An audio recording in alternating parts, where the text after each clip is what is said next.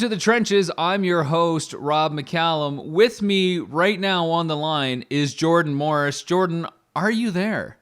I am here. Greetings, carbon-based units of Earth. How are you? We're doing well on this end. Folks, thanks for tuning in again. This is our ongoing series of interviews with filmmakers that are in the trenches and actively producing films out there, or scripts, or cast members and actors. And I think all those things I just mentioned kind of touch base with you in some respects. Jordan, why don't you tell us a little bit about yourself? I know you're not new to the Wired In Network, but just recap who you are and what you do for our listening audience out there. Oh, great. Yeah, I love talking about myself so much. I guess I can talk about almost all of the subjects that you just went over there because I've tinkered with each. I came into films like I did theater before that as an actor first, and then just take too much interest in the design aspect of things. So I'm tinkering with production design, props, costumes, and even doing my best to learn the skills involved in screenwriting now too. Yeah, you describe you're spread across the board as you talk there, but I wouldn't use the phrase jack of all trades to describe you. I think that you just have a rich skill set that you happen to lend out to different productions versus somebody who's trying to be a jack of all trades. And there's nothing wrong with that. I would call myself a jack of all trades and try to tackle on as many things as possible in as many different areas. I mean, I'm a screenwriter, I'm a director, I'm an editor, I'm apparently a podcast hoster. So yeah. I would. You got to do what you got to do, right? It's part and parcel with being an independent creator in whatever kind of discipline you're talking about. You've got to be able to wear more than one hat to make sure that you can follow through with things. So, like I say, I spent a bunch of years in live theater first, right? And started out really nothing, bootstrapping, no money whatsoever, literally no money, and we'd have to put on shows, and you just figure it out. So now we're working with independent film, and there is a little money, but I highlight, underline, and bold the word little. Italicize. We're still dealing with nickels and dimes, and you still have to be innovative and figure things out on your own a lot of the time because we don't have the luxury of dealing with big teams and departments of people. Right. We've got few resources and little time as per usual. So I think I just prefer to think of myself as a visual storyteller, and I just keep learning skills that I need to get that done. And I do a bunch of different types of it. I'm online. I tell stories, like I say, I write it, act it, and then I like to build stuff. And that's been a useful skill to have too in both disciplines.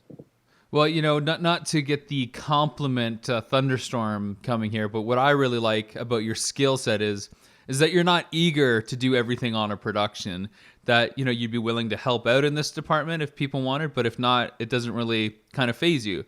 Like you said, you like building stuff, and I'm going to ask you about, some prop stuff in a minute and how we first started getting connected. You came on to Unearthly, my first feature film, as an actor, and then we started discovering all these other things that you could do if we wanted you to do, but you didn't have to take them on. And yeah. That's what I really respect, and maybe that's what I think the difference is between what you've got, what you've been able to build as far as skills and, call it a visual storyteller, and just adding to that skill set and using what works when and in what scenario, versus a jack of all trades. Like for me, I would, admittedly say, oh, I can edit, direct, and produce this project for you. And I would I'd be committed to those three very big roles. But that's just who I am. There's ego involved in that, and I see maybe less ego in the kind of person who you are. Oh, well, that's great. I appreciate you saying that. It hasn't been a comfortable match for a lot of people. As you know, some creative types just prefer to have all of their collaborators on a short leash, right, and have them in a nicely defined, compartment. You're going to be the actor, you're going to be whatever, and please don't wander outside of that box. But early on in Unearthly, and specifically, because I haven't been in filmmaking all that long, I'd take an interest in every corner of it. So I just started hanging out near you and near the producers and just listening in on everything. And it wasn't long before we hit it off. So I got involved in conversations with you, and I learned about what was going on. And more specifically what wasn't happening on schedule, and offered to try to solve the problems, because that's what it's all about. It's all about obstacles and how you overcome them. Okay, so let's take it back a step there, because that's kind of like how you approached the production once you were involved. Let's talk about Unearthly. Again, I said it's my first feature film. You were cast, or you went to a casting session.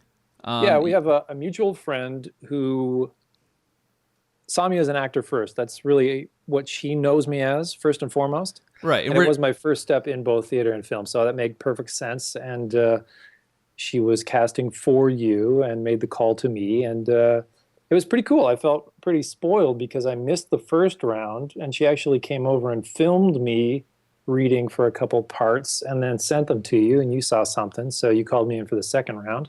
Yeah. And then it was pretty funny because you had me kind of hang out all day long reading a little bit of everything, and I got the feeling it was like, I don't know what this guy's about. We don't know what we're going to do with him, but we're going to do something with him. And I ended up landing the role of Marine. Yeah. Which was great fun. Marine. And of course, the mutual friend we're talking about is Dorothy Downs, who was one of the producers on the project, and she did a great job wrangling from London, Ontario's theater community. And I still don't regret going to a large theater base because of the acting ability that had. You know, there's some people that really they want film actors or they want theater actors. And, you know, they're theater actors, I would say, if there's anything that they could be accused of is, you know, overperforming to hit the back row. Well, fortunately, we didn't really have much of that going on in the script. It was pretty kind of contained that those moments didn't really exist. So I didn't have a problem going to that crowd. And I think I got really lucky. You talk about you getting spoiled with calls and people going out of their way. I think I got ridiculously spoiled with the acting talent, and you were amongst that.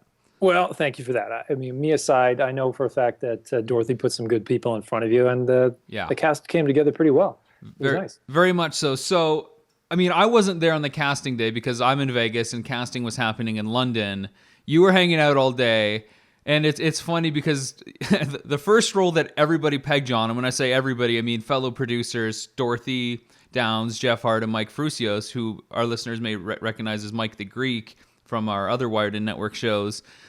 They wanted you as this guy who managed a pawn store named Gus. It was a scene that was later deleted and rewritten, and they were so high on that, but they just loved your ability, from what I remember, to just be versatile in other roles. Yeah, I remember Gus. It was fun to read that one. I think I had... It's probably the best dialogue I've ever written, and he's cut. Yeah, well, that was sad, but I mean, that happens. And I think the dialogue had a lot to do with how well reading it informed me of who this guy was. That's what you do. You read it and you kind of get your best idea of who you think that character is and what his attitude is like, what his point of view is. And I saw that character more clearly than all the others, despite it being one of the smaller roles. So I went in and had fun with it, played with it, because I felt like I knew that guy. And that went over well, and that just gave me the opportunity to keep reading other stuff after he got cut. So that was lucky. And so, I mean, let's just jump ahead a little bit. Your cast is the Marine, as you mentioned. You've got the script in hand now. You're building this character. What do you think? What do you think of the script overall? Like, what's your first impression of it, and as an actor, to look at this character? The Marine, I think immediately I thought the Marine was a great opportunity because it's a character designed to come in and steal the show. So I loved that. I mean, a great cameo is oftentimes even better than being saddled with having to carry the entire film. I'll take a good cameo over a lead role at least half the time. So I like the guy. He shows up. He's a little weird, a little crazy. He just comes in, drops a few fun lines, has some action, and then leaves for a while, and then comes back again and does it later. It's great. And then, you get an on-screen death, which is some of the funnest stuff that an actor gets to do too. Spoiler alert. Spoiler alert. Sorry, everybody. Yeah, that doesn't necessarily mean that's the end of the Marine. Now, this is the film industry here. Right. I like the comic book world. Nobody has to die forever. Yeah, so in one of the things, like you mentioned, we've got very little money to play with, probably even less money on this film than some of the other stuff that you've done recently. So I really left it up to the actors to kind of create these characters, fill in the blanks that weren't on the page. Of course, I talked to all the cast. I made probably like hour-long, 2-hour-long phone calls from Vegas to just talk to people, get in the head, let people know where these people are coming from before the script starts, where they might be going after the script ends. But I kind of turned it over to everybody, you included, and this is where your design elements first started coming in, where you started putting lots of thought into the costume and how that would affect performance. So maybe talk about costume and how what you saw on the page, not only in description but the way the talk, the speech and dialogue was, and how that influenced what the design elements you chose to bring together. Well, again, it was a pretty complimentary collaboration because I've gotten into trouble in the past trying to create my own costume. My very first theatrical production, I landed the lead role, and there was a really capable production designer on that show, but he happened to be a little overworked, and I bumped his really elaborate designs that took some time to come together to create my own costume, and that can go over really poorly depending on the combination of people. But he was a cool cat as well and let it happen.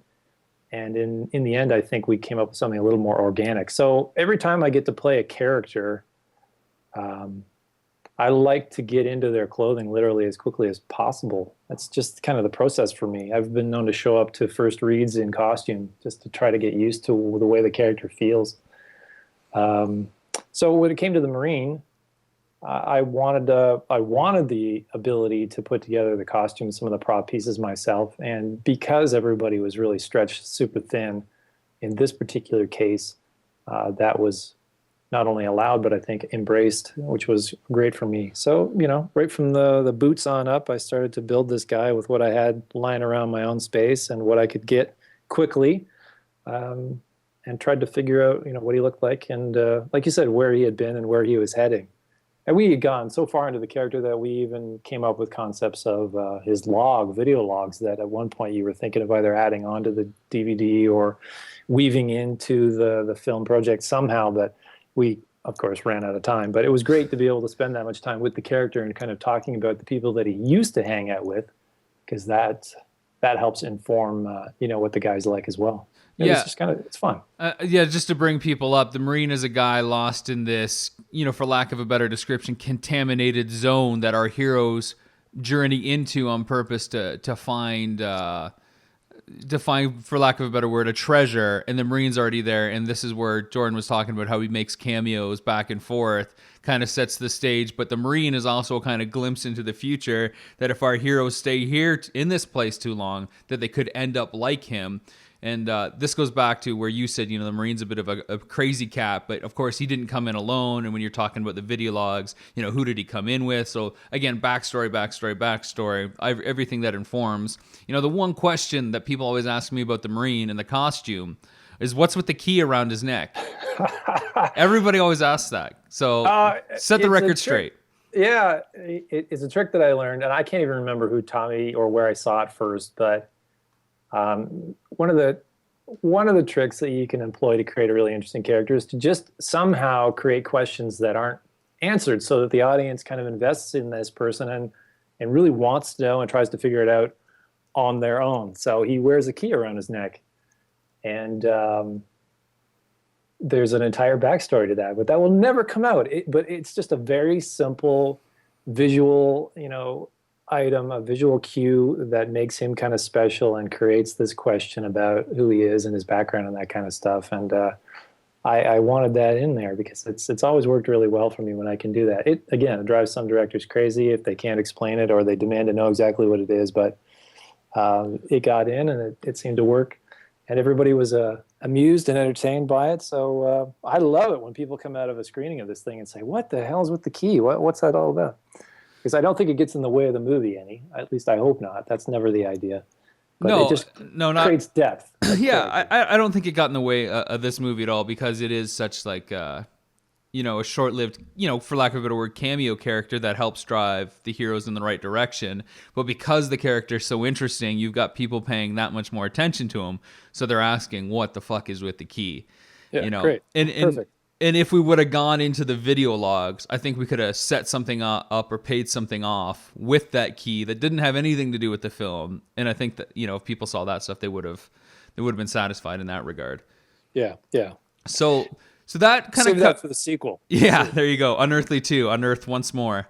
Electric Boogaloo. So that kind of covers how you got into the project as a player in the participating cast, but the costume was just the tip of the iceberg for when it came to you ultimately filling the production design role. Now, that's before we even get into what that role evolved into that included you. Tell people, in your opinion, what a production designer does, because we had an art director on board already with Alicia Kipp, but then you came in as production designer to basically help that element of the film. So just, fill people in on what you think a production designer is, or what you saw the role in this film as a production designer is.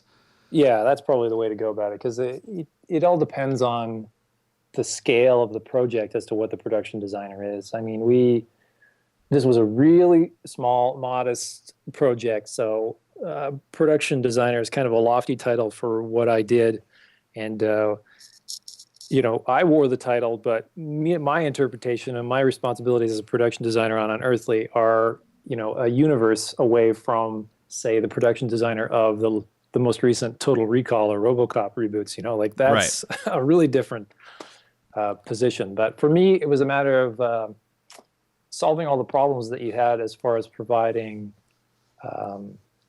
just choices, clean choices and solutions for anything from props and wardrobe to set deck and that kind of stuff. It was the lightest possible version of responsibilities of that kind of thing. But typically, a production designer on the bigger ones is the go-to guy, the last step between all of the artistic departments and the director. So costume would go through a production designer, costume and wardrobe, makeup and makeup effects, props, and all that kind of stuff would go through the production designer, and that person's responsible for giving everything visual connected with the project a cohesion and make it all make sense and come together. Yeah. So everybody kind of reports to him, and he reports to the director to make sure that everything that's going on in the lower ranks is supporting the director's vision of the film. Yeah, I would agree with that. And I think it was a bit of a modified relationship with the way that Alicia was working with you and how you guys would work together to fill gaps. And I would probably say that you guys worked together as a brainstorming unit, in combination with me and some of our other producers, say, what do we need? And then it was more like, who can do what? And let's just kind of get it done. It doesn't matter who's doing what or what the title is. Let's just, get what needs to be done or a solution or like an alternate and get that done. And I think part of the thing you left off, which would be a whole nother job on a film like Total Recall that you did on this film, would be locations as well. And you pick locations and design to what you had available. Yeah, exactly. Yeah. Locations falls into it, but that's a separate discipline too. Yeah. Yeah. I'd forgotten about that. Yeah. So I was attempting to be as much of a solution to all of your problems as possible, because that's how I feel everybody should,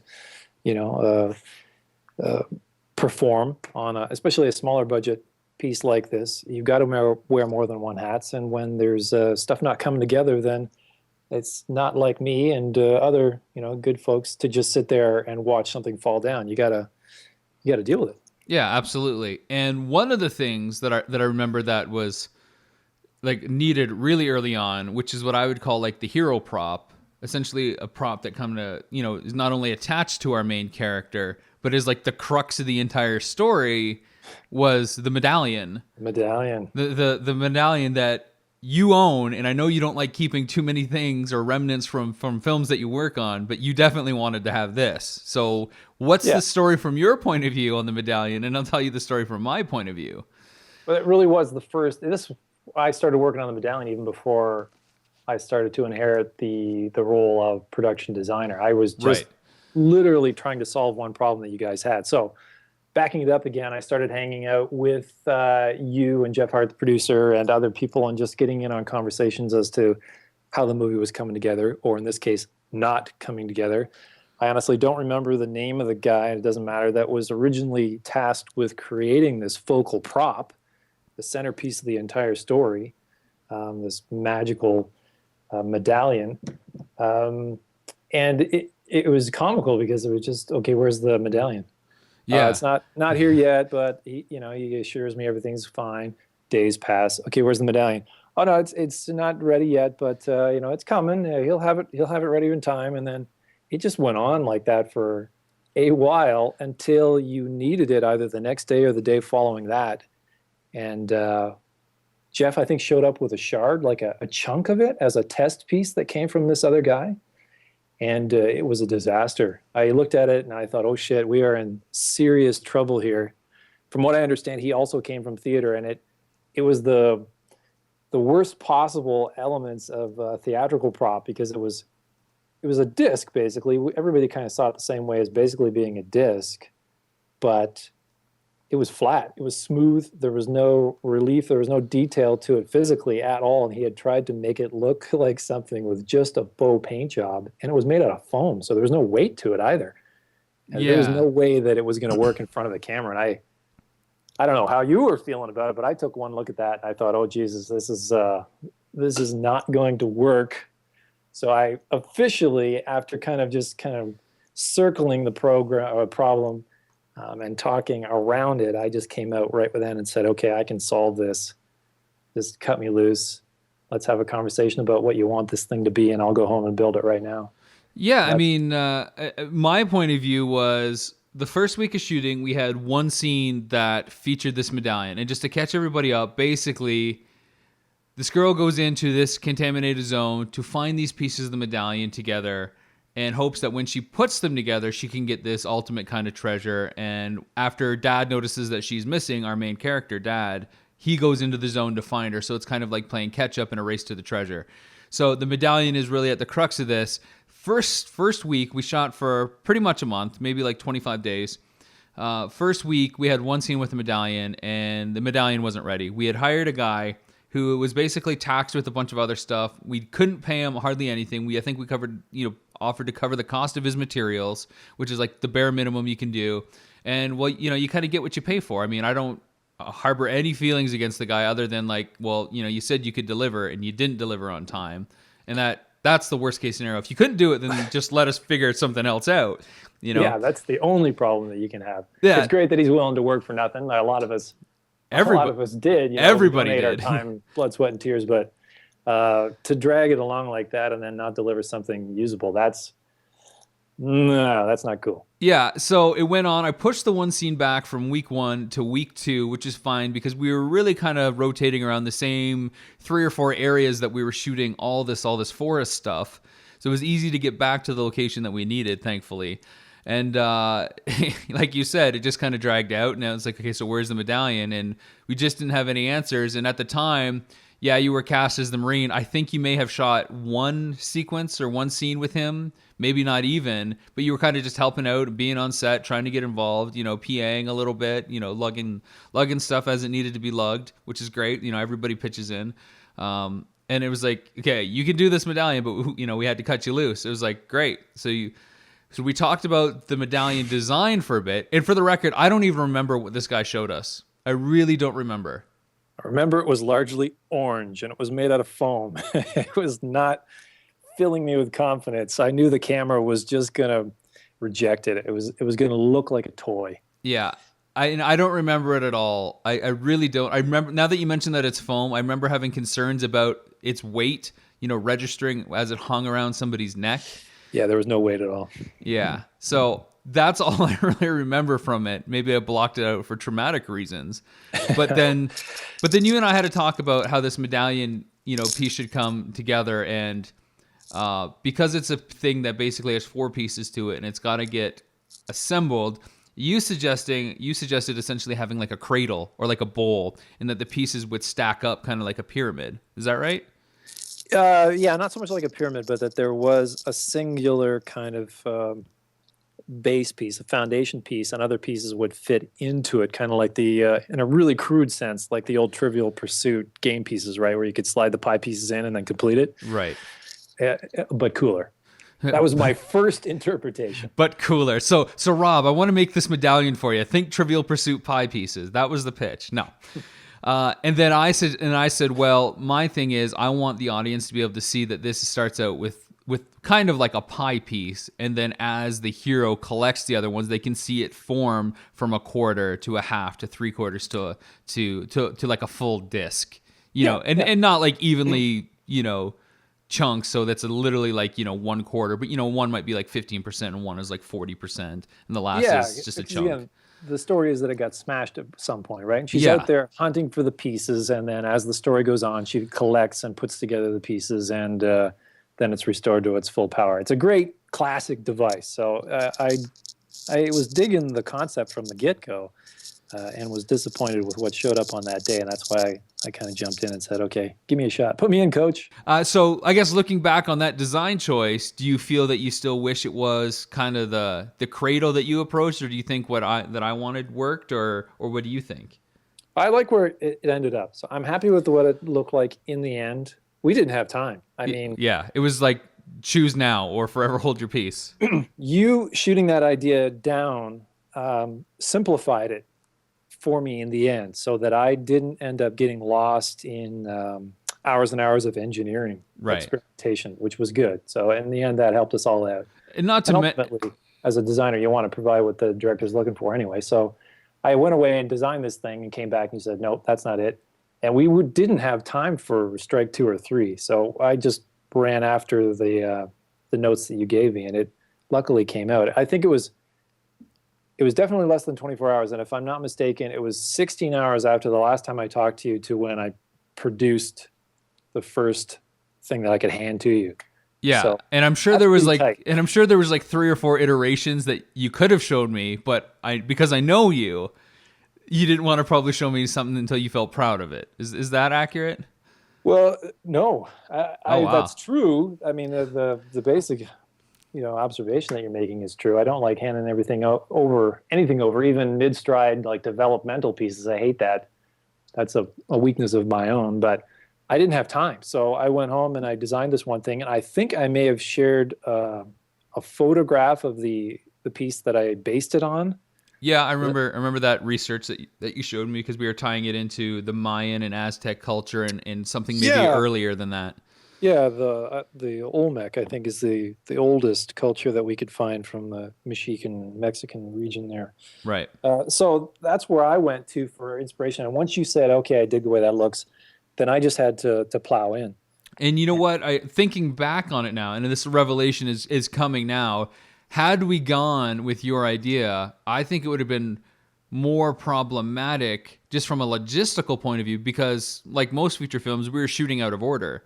So not only did we need to have one medallion, but we really needed to have 4 that represented all the different stages. And for you to produce all those intricate layers of how things interlock together, I think would have been harder to do.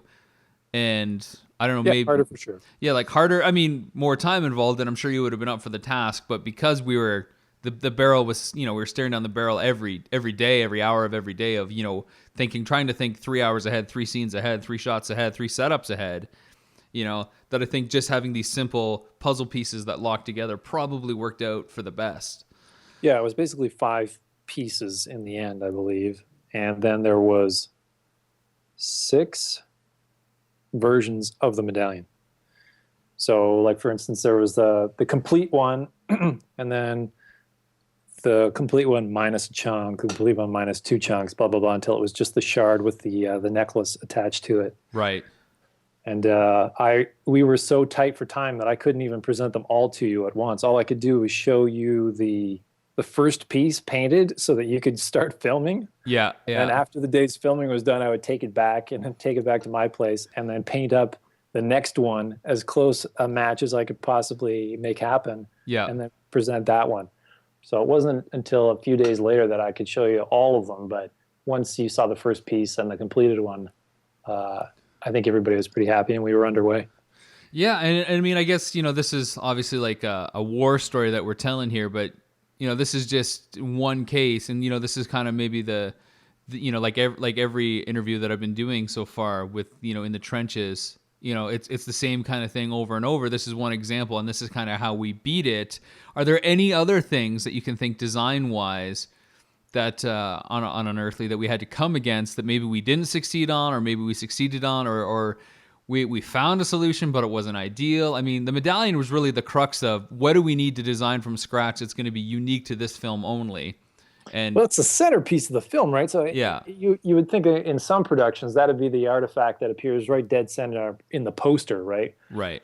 So that one was pretty important, and I'm very happy with what happened with that one.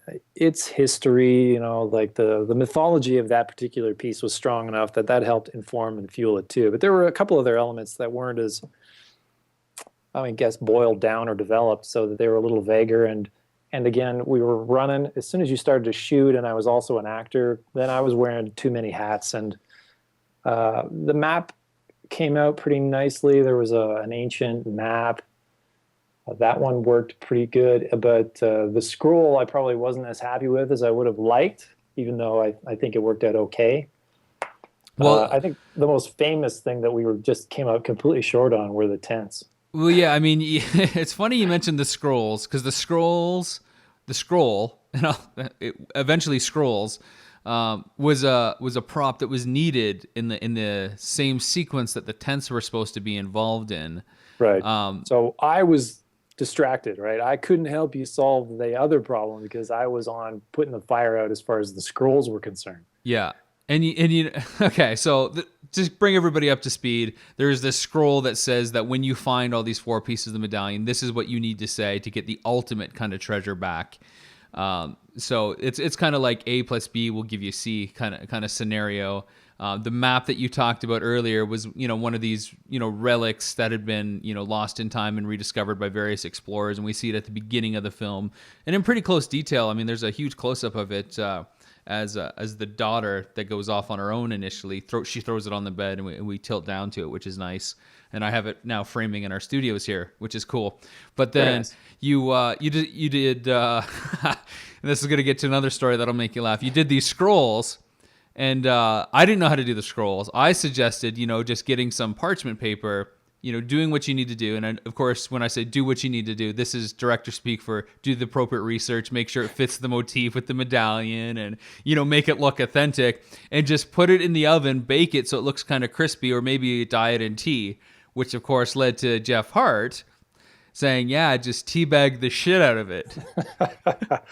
Yes, and that was a catchphrase that we clung to for most of the production. Yeah, right. So you had these scrolls, and the initial role of the scroll was once dad reunites with daughter, about 3/4 of the way through, he finds the scroll, but he doesn't want the bad guy to get the scroll, so he burns the scroll after reading it and memorizing, what it says to do. So you went and created 12 of these scrolls. Yeah, because I had no idea how many takes you would need. Exactly. And once I put a particular problem aside, I had to move on, and going back to it would have been problematic. So I just made sure you had enough. And this goes beyond the fact, without mentioning, that when this scene was being shot, you were going to be in Florida. Yes. Now, because my role had been expanded, I had never planned on being there through the entire shoot. Yeah. We had a rather important family trip, to get in on. So my entire family was going to go down to Florida and reproduce the kind of trip that we took as when I was a kid. So it was kind of a big deal. And we had to leave. So I had to provide you with as much stuff as I possibly could in a really short period of time. And then it stank. It really sucked because I couldn't be there to help stick handle everything at the end. We had to hand it all over to Jeff and other people to take care of. And we just kind of left you. Yeah. I mean, it was kind of like, I'll give you as much as I can, but at this point I'm leaving and there's nothing I can do about it. And you know what? We were happy to say, yeah, do what you can. And we completely understand, because we had originally talked about you just doing the Marine, and then all this other stuff came up and it was great. So it is what it is. But so shooting comes, you're hanging out with Mickey Mouse. We're doing this stuff. The scroll scene is coming up in days away, and I'm talking to our producers, and like I said, the hero plans on burning the scrolls after he takes it, from the bad guy who's not around, and this is all supposed to be happening while the bad guys set up camp. And what's the first thing you think of when you set up camp is tents. Tents. So, and this was probably the most direction I had put in the script. Do you remember how closely detailed this was written out? Oh yeah. I mean, Yeah, yeah. Okay. this was like hero goes into bad guy's tent, gets this, goes into this other tent, hides around, waits for the henchman to look the other way, crosses between two tents, finds out where his daughter is in this tent, and like literally when you're storyboarding and you're doing overhead blocking, you have it all mapped out and stuff like that. And long story short, there was no tents. We didn't get any tents at all.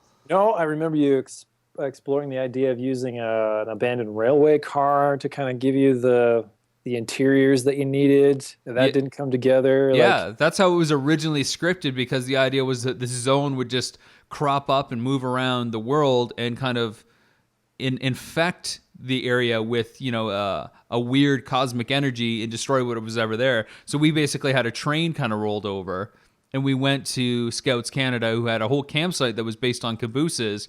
And I remember staying there when I was a kid. But when we went back there, they had like renovated them all like the summer before, so it looked like Main Street Station, Disney World, you know.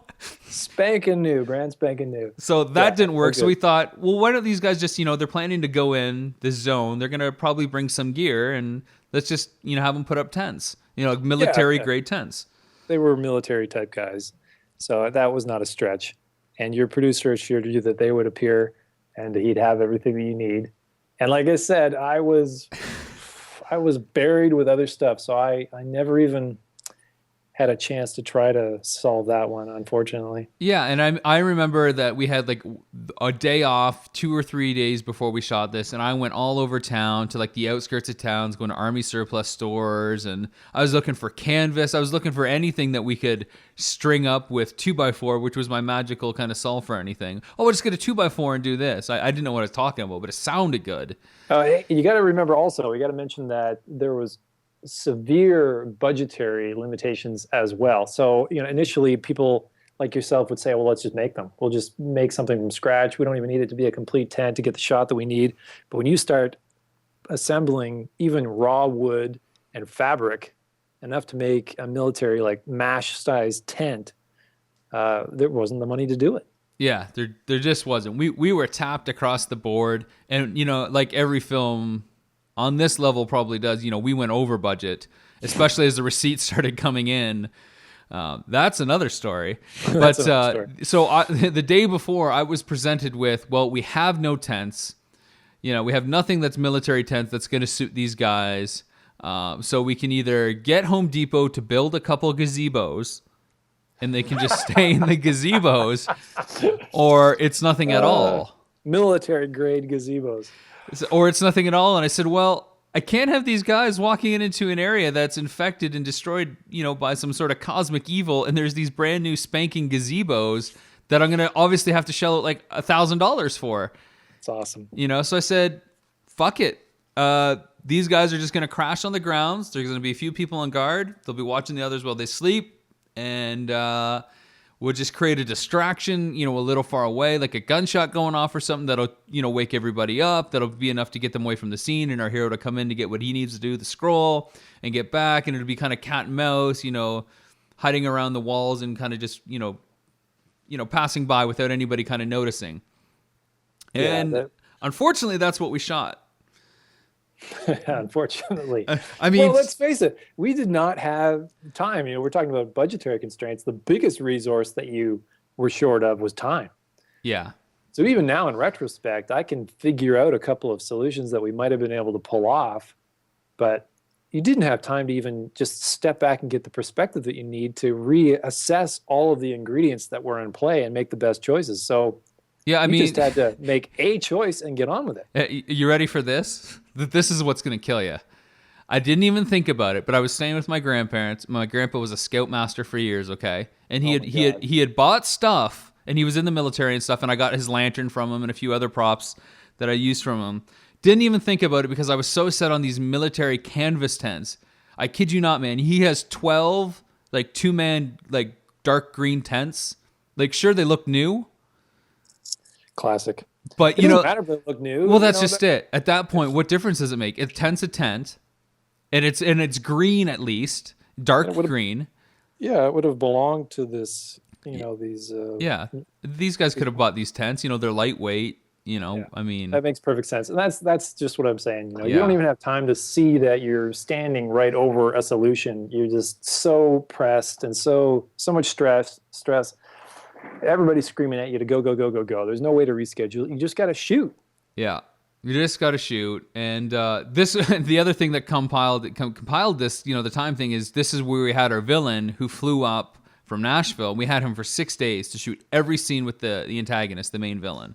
Yep. So it's not like I could say, okay, we need another day just so we can, beat this problem out and get this right. We just couldn't. And my grandpa would have easily said, I'm sure, yeah, use it. I mean, he gave us like everything else. He gave us his shop to shoot in. He gave us tools to use. He gave us a lantern. He gave us everything that we could possibly ask. Bless him. He was great. So, and, I the worst part is because I would come home and go in the garage and walk by him every single day.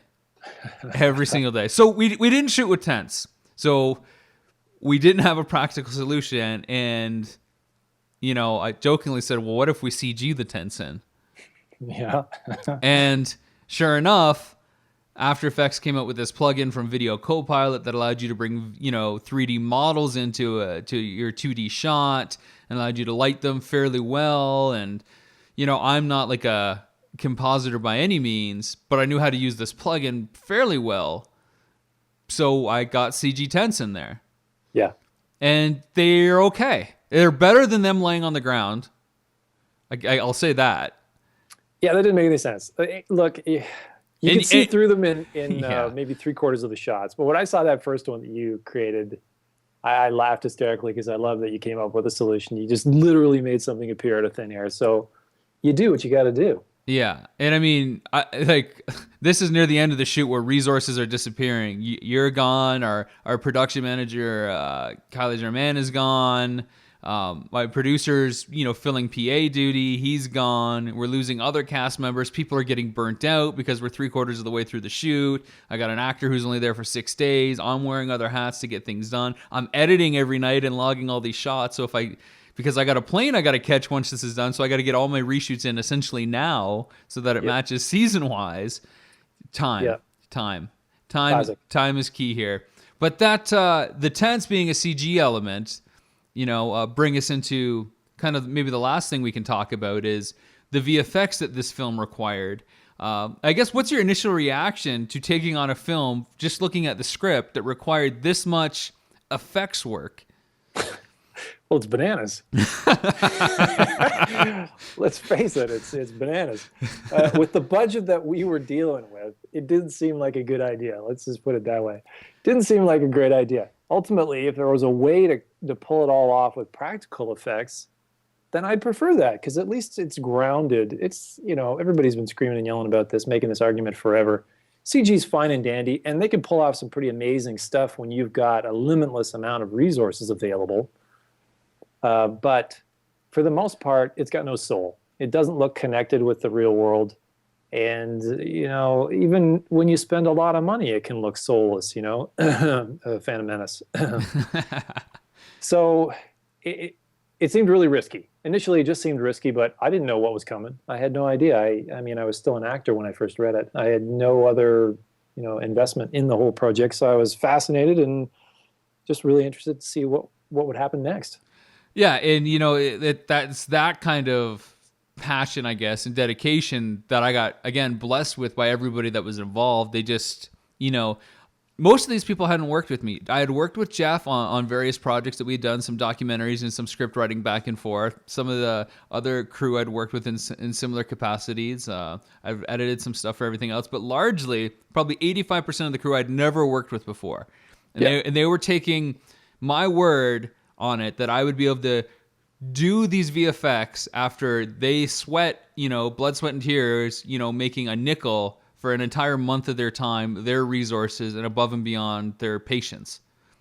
Yeah, we got lucky because we ended up, there were a couple of moments. I mean, there are a couple of moments where, tempers flared, but for the most part, we created a family and we had each other's backs and everybody was willing to bleed for this thing, which is, you got to have that. If you don't have that kind of chemistry and dedication on a tiny film like this, especially with the complexity of it, oh man, you're beat before you start. So that was fortunate. We had great people. Yeah, so I had everybody's faith, and then the film wrapped, and then I kind of had to deliver. And my first solution was too good to be true. I'll admit it was an all-in-one package from an individual, a freelancer that I found, of course, on Craigslist. Why this didn't work out, I don't know. Doesn't sound right. Who was based in India, who said he Yeah. would do all the effects work for us. He would turn it around in a year. We agreed upon a flat rate for it that, I could afford. That was, because I had my production budget and then I had my VFX budget. Anything that went over on production was going to cut into VFX, and, it was for me to figure out how to make up the difference. So this guy came in basically with the money that I had left, so it worked out perfectly. And we were off to the races. Yeah, for a while. For a couple months until I didn't really get anything. So Yeah, that was funny. I gave him a bunch of shots, simple stuff like sky replacement,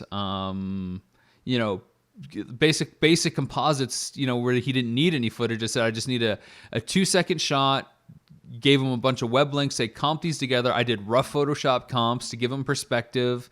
I said, look, here's the shot before, here's the shot after. Make sure that this point of view shot of these characters looking over a cliff specifically. Yeah, you were letting me in on this process. You were letting me at least watch it go down, and you were giving him a ton of information. So, I mean, I've had trouble with directors not giving me enough to work with and not understanding what the director wanted, which is bad because it puts you in kind of the free fall situation.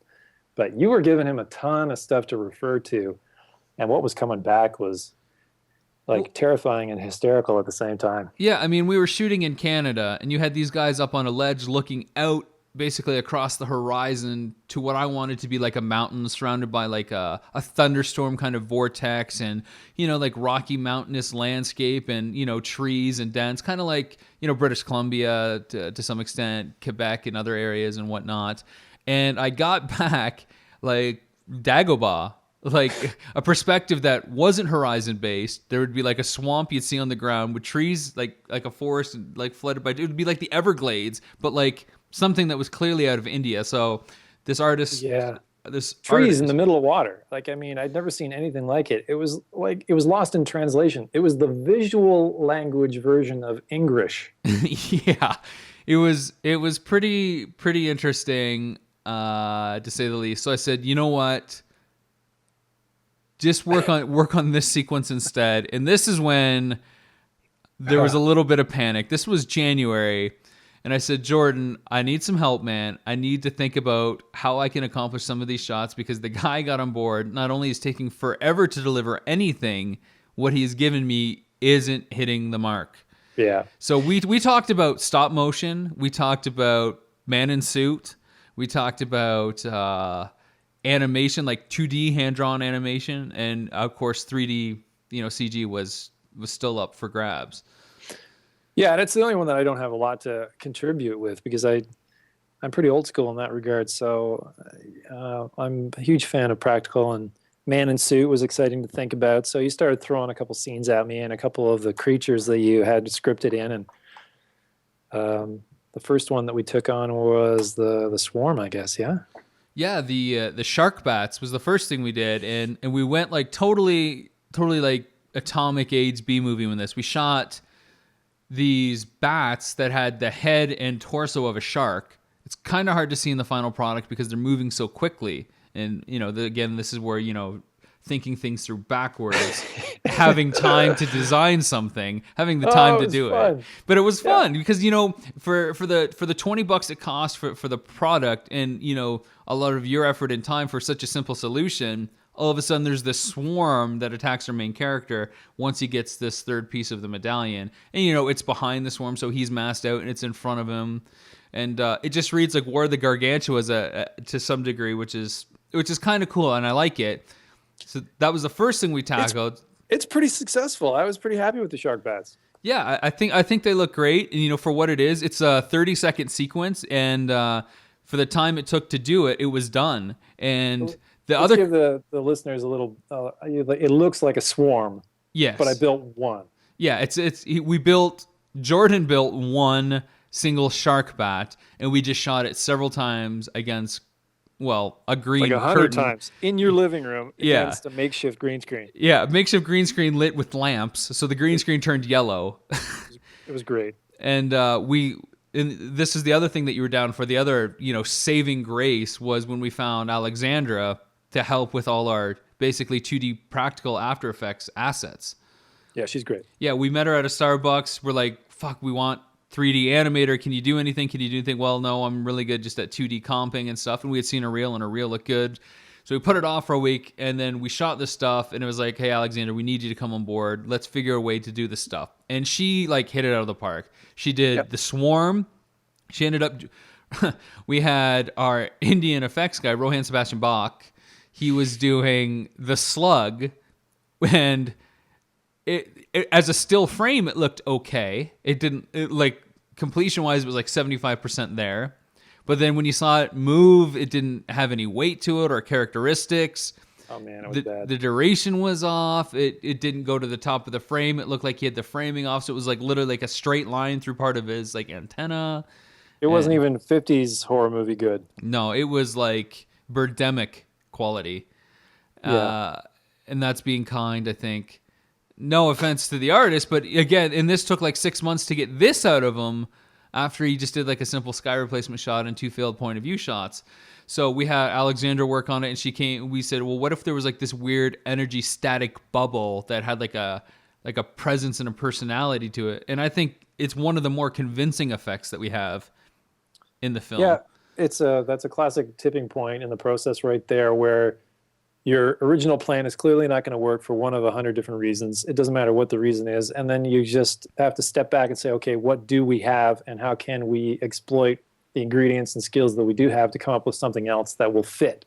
Yeah. So you completely changed the nature of the creature and found something that was complementary to the resources that you had available. And it came out really well. Yeah, I mean, we kind of changed them all across the board too, whether it was consciously or unconsciously, until we decided or we realized it. But it went from a B-movie atomic age kind of nuclear disaster, and everything was mutated to various forms, giant versions, combination of stuff, hence Shark Bat, to things that were driven by energy fueling them in one way or another. So we had this static kind of shock bubble that was, essentially concentrating and firing energy at people. We had the plants in the area near the end, the gauntlet kite kind of area, where it was basically energy would just surge up from the ground and stop people. Yeah, but that worked because you'd already established in the script that these areas, these energetically poisonous areas, were drawing the life essence energy out of things and then channeling them over to, another space. So you had kind of established that, and we worked with what you'd laid in the script and kind of come up with another solution. So that worked. Which led us to the other thing that when you came down to help me out with the shark bats, the other thing that we really checked off the list, and even though I dialed it back in the final film by eliminating 1 or 2 scenes, was the light beings. Yeah. So one of the only original concepts that were creatures of energy. Yeah, and then everything else just kind of spun off from that in a different direction and a different, it was mutated from that idea. So we did light beings, and this is something that I'm really happy with the way that it turned out in the film. And I love it. I mean, we'll get to the story in a second, but what I think works about it is because it's man in a suit. Well, there you go. That's how you get realistic movement. It's realistic movement. There's personality. It feels good. It's grounded. The plates we shot on were decent enough to make it work, and yeah, I think it works. So I'll let you tell the story about the light beings using my limited technical knowledge. Limited. I mean, and we basically used some different keying techniques. We used 3 keys while doing it. We did. Yeah, there was almost nothing technical about this solution whatsoever. So you brought me down to Vegas to you. Yeah. It was like a Mission Impossible. Okay, you're gonna come down for, what was it, a week? I want to say it felt like 2 weeks, but it was probably a week. Yeah, it wasn't 2 weeks. It was like a week, if that. And the challenge was to build and shoot the shark bats, and then build and shoot the light beings. Yeah.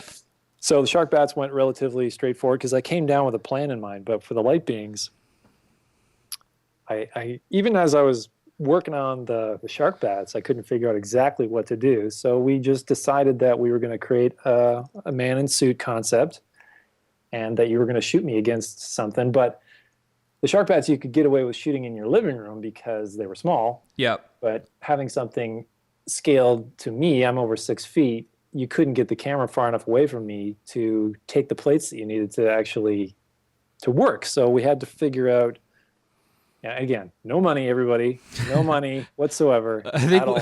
for the record, I think we spent maybe $30 on creating the light being costume, and that's just fabric.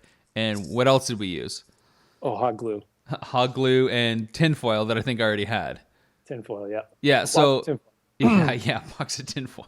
So we had to figure out a solution to the green screen. The studios were out, renting equipment was out, so we decided that it didn't really have to be green, right? You can key out almost any color, any good, strong, evenly lit color. Yep. So we were set out to drive around Vegas and find a big panel, like a building that had a colored wall, a nice, big, smooth colored wall. And this is when it blew my mind, because when you think of Las Vegas, you think, oh, yeah, one of the most colorful cities in the world. How hard could this possibly be?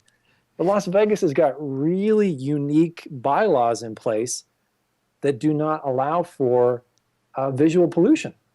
So even the big chain stores like Home Depot and Best Buy and all that kind of stuff, they are not allowed to make their stores orange for Home Depot or blue and yellow for Best Buy. They are allowed to present their sign in color, but everything else is all done in earth tones, so that the city has this nicely connected, aesthetic. So we drove around for a day and a half, and it started to freak out because there weren't any huge solid panels available in the entire city. Even in London, Ontario, we would have had an easier time to find it, until the second day we found a building that was clearly grandfathered in. You told me it's quite an old business. Yeah. So it's this electronics superstore, big red building.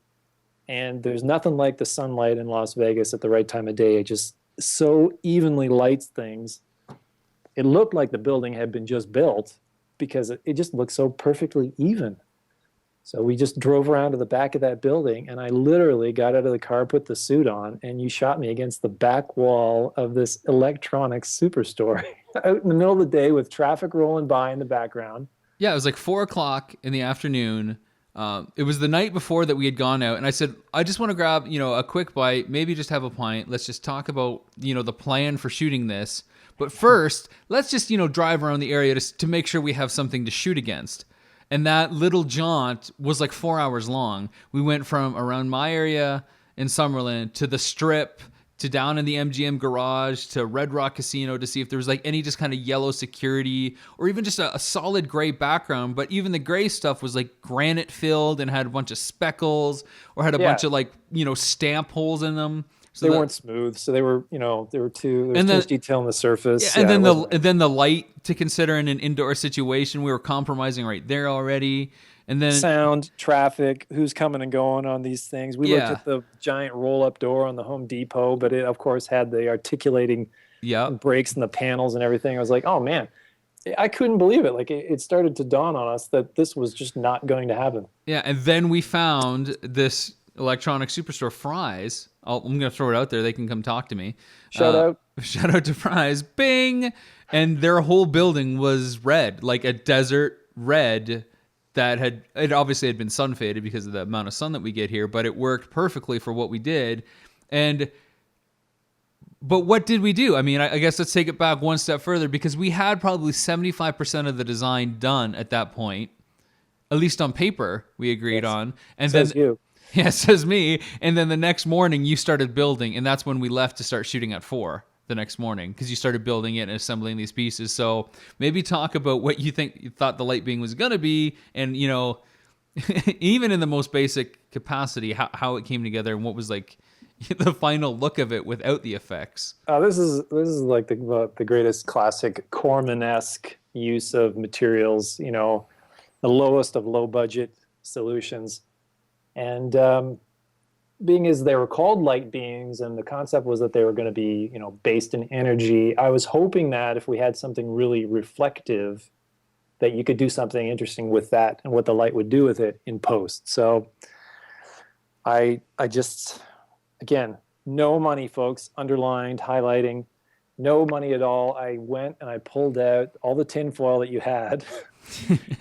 I had already warned you to have a hot glue gun and packs of hot glue sticks waiting for me, and I used those on the shark bats. Yep. And I started to build a complete suit, like as in a suit of armor, head to foot, of tinfoil that I could wear as this creature. And then we were just going to shoot me against this red backdrop, and then you'd key out everything and then do something cool with the actual figure himself. So it was basically man-shaped, but I didn't want it to look too much like it was a dude. So one arm was an arm with a kind of clawed and twisted hand on it, but the other one was this weird tendrily thing that wasn't really an arm at all. It looked more like a cable or tendril or tentacle or thing. Yeah. And then the face was kind of oddly shaped. And I just tried to mess with the proportions a little bit. Now, I'm not talking about anything dramatic because you can't do a whole lot with tinfoil. And then we just made sure that there were some panels showing through of a completely separate color so that you could key in maybe energy or what have you. And then when we got down to the waist, everything was coming together pretty well. It became apparent that the legs were going to be a real problem. Yeah. So that's because when I'm standing on the ground in front of Fry's, you can see the ground, and we just didn't have the time, money, or energy to figure out how to make that red. We couldn't make a box, right? We only had a panel behind me. We didn't have the floor, so to speak, also in red. Exactly. So then I just came up with the idea of making it something that kind of floats, and that instead of legs, it would have these hanging tendrils like an octopus kind of floating through the air, but man-shaped from the hip area up. So tendrils below, torso and armish and head thing above. Yeah, I've slapped it all together over the course of a few hours and then threw it in the trunk of your car, and away we went. And in the middle of the afternoon with near rush hour traffic rolling by in the background, wondering what the hell we were doing. At the corner of Las Vegas Boulevard, Highway 15 and Highway 215, we were sitting there doing this. So God knows what everybody else thought. But yeah, this was a pretty skeletal design because once you keyed everything out, it looked like a rib cage, like a hip bone with like metallic tendrils hanging off. And then even the head and neck weren't connected, but they would move in proportion because it was man in a suit. And when you walked, the hip and the torso obviously move in proportion. And that's what sells it to me. Those two, like the head and the collarbones, and then the hip and the torso, just the way that those three kind of pieces work together, that's what sells it.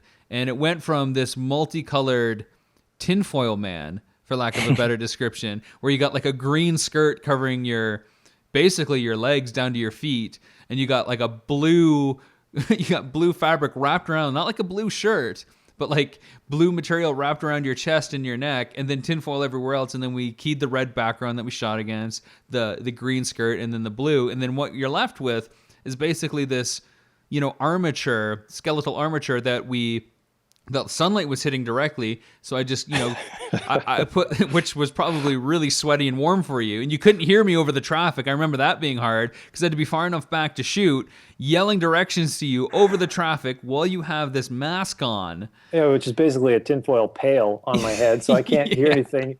It's 1,000,000 degrees in Las Vegas. I got a total, I felt for Anthony Daniels. I connected with Anthony Daniels, I think. I'm in C-3PO's suit in the middle of Tunisia. I get it now. So I threw this, you had left, and I throw this stuff in basically because I think you were leaving like the next day or the day after, and didn't have too much time to play with it before you left. But I ended up basically, putting a glow filter on it, a bloom filter. So it took all the hard edges off, and it like literally made it glow like it was energy. There was almost like a Ghostbusters-like ghost feel to it. And it moved, and then I added some, arc lightning that would come off of it so that it would just shoot the stub. I added a drop shadow to help when it floated on the ground. It would announce its presence on the ground. And Then I comp 3 in, some peering out from behind the tree, some coming from the edges of the screen as our characters, see this from afar and decide what to do. And it worked. Yeah, because you shot me, I don't know, a couple dozen times, walking into frame, reacting, and walking out of frame from one side, then the other side, so that you had options later on, and then you could create multiples. Yeah, exactly. And I think in the final film there are only 2 scenes with them, but 5 light beings make an appearance, and it works. It works. Yeah, it's fun. This is not the kind of solution that's going to win any awards anywhere, but considering what we had to work with, learned a great deal, and I'm still pretty happy with the results. And this man in suit solution is still why, with all the technology that they have available today, that Gollum is not strictly a computer program, right? Like, there is a human being performing that, and they are merely translating his performance. So in a really uber crude way, we ended up kind of going with something similar to that. It's special effects, sure, but there's a dude in the middle there. So if you want realistic movement, then go and get some real movement. Yeah, and you know what? Even though it costs us like $30 to do and a bit of time and stress, I would probably go back to this, knowing what I know now, and use it again in a future production, because I know it is reliable. And that's the other thing.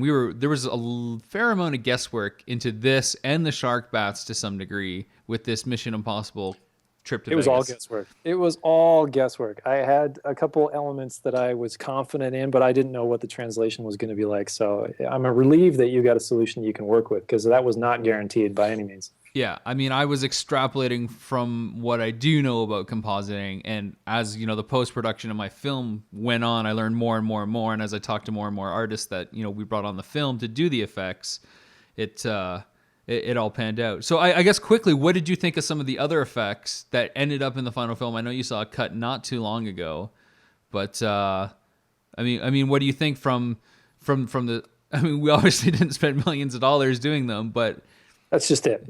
That's your biggest hurdle right there, is that you don't have the budget to do the kind of thing that the tentpole movies get. So you're limited, and you got to be clever about it. And because you're limited with the budget that you've got, they do stand out a little bit. They don't quite blend in with the background as well, but it's great to see it come together. And hopefully the energy and the characters and the story is enough to pull people through it. Well, yeah. I mean, I think that's it. I think that they're successful enough to get the audience to forgive it, because everything else is just working in favor of getting the story forward. Yeah, and knowing that, first of all, I doubt very much that you're going to go back and take a swing at an effects-heavy film anytime soon. Nope. But nothing like this, nothing but an experience like this could really give you the insight that you need to know that these things need a lot of development time, so that you're not running the risk of having everything look like just pieces assembled, right?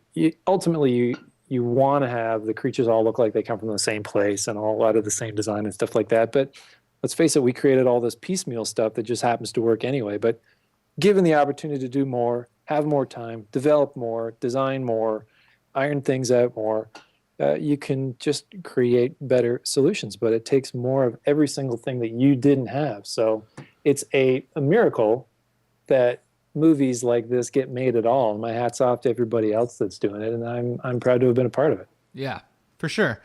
Well, this kind of bring us down to hey, let's say this too. It's not our first go-to material. $30 in tinfoil is not where we would start the process, but backed into a corner, that's what we came up with. So I would love to be able to work out with you on something else and come up with a slightly more sophisticated solution than what we had to go to for that one.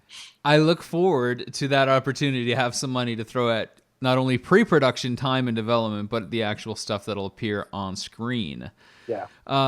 Let's wrap it up a little bit. We end all our interviews with the let's play a game, kind of a what if scenario, where I ask you 3 questions kind of off the cuff just to get your response. And that's basically it. So the first question is, as a designer, I guess, or maybe I guess you can answer this as a designer or an actor, depending on how you want to do it. Maybe designer might be more fun. First question is, you have an opportunity to work on Empire Strikes Back or Raiders. Which do you choose and why? Oh, that is tough. That sucks. Uh, okay, I think I love each film probably equally. So I'm going to say, just because I'm getting old, I'll say Raiders because I don't have to be thrown out into the blizzard like they had to put up with on Empire. But I would have been proud to have served coffee on either of those movies. Okay, so Raiders as it is, and just to qualify it, designer or actor. Designer, well, actor. Geez, I could only hope to be asked to be a part of something like that. That would have been great. But designer, and let's face it, there are some parallels between that wonderful film Raiders and some of the elements that you pulled into Unearthly, like the medallion and that kind of thing. And I used those as inspiration for me. They were touchstones for me. So Oh, absolutely. I beg, borrowed, and stealed from everything that Spielberg has done in his career. And if you're gonna homage anybody, why not him, right? exactly, it was Okay. fun. So the second question for you: you can go back in time and work with anyone on any film. Who do you work with? In what role do you want, and why this combo? I really would have loved to have watched them go through the process of creating Citizen Kane. That may sound really cliche, but when I need a splash of cold water in the face, I go back and I watch that and I listen to the extras. Yeah. The level of innovation that was implemented on that film is mind blowing, and there's a real good reason as why that's considered the greatest film ever made. So Considering what they had to work with at that day and age, the technology level they had, the sophistication of those shots, the design work and the emotional response that they were able to create just simply from design, and I could go on for a while, but I would be so really fortunate to watch and be even a guy swinging a hammer on the sets of Citizen Kane. Okay, so you want to be a set builder on Citizen Kane just to absorb all that stuff and be in the atmosphere, the share the air of Orson Welles and all his collaborators. Absolutely. The Cool. choice of, lowering the ceilings and putting a muslin skin on the ceiling to hide the microphones, and playing with the scale of the background sets again to kind of create this emotional response to the pictures that you're looking at through the film. The kind of things that they were doing there were really theatrical, and those kinds of skills are dying fast. I mean, we technologically now have the opportunity to replace them with non-physical solutions that can do the same thing, but I don't know of too many people that are out there right now that are thinking in terms of that. There was a real kind of fantasy element to a lot of the shots that were put into Citizen Kane that you can't get away with right now, or people have decided that you can't get away with right now, that I'm disappointed in. So yeah, blah blah blah, Citizen Kane, I would love to have been there. Okay, and the last question for you, not so much a fanboy thing. It's just kind of an open and honest, question to you from us here. Whether you want to answer it as a designer, maybe just as a filmmaker in general, as a visual storyteller, what are your goals in the years to come? Well, you know that I am teaching myself screenwriting now. So more often than not, whenever I have a spare minute, I'm writing, and I've got a couple cooking right now. I want to have scripts ready. I think you're in the same boat for 100 reasons. When the opportunity arises to shoot something, pulling all the resources together, money, people, everything, that's rare. Anybody who gets any opportunity to shoot anything is lucky. So you better have something ready to go so that you're not scrambling. So if I'm fortunate enough to be put into a position where I get to be the driving force behind a project, I want to have a script ready to go and not have to scramble and put something compromised together. So that's what I'm working towards right now. I still love the idea of acting every once in a while. It's a different kind of fun.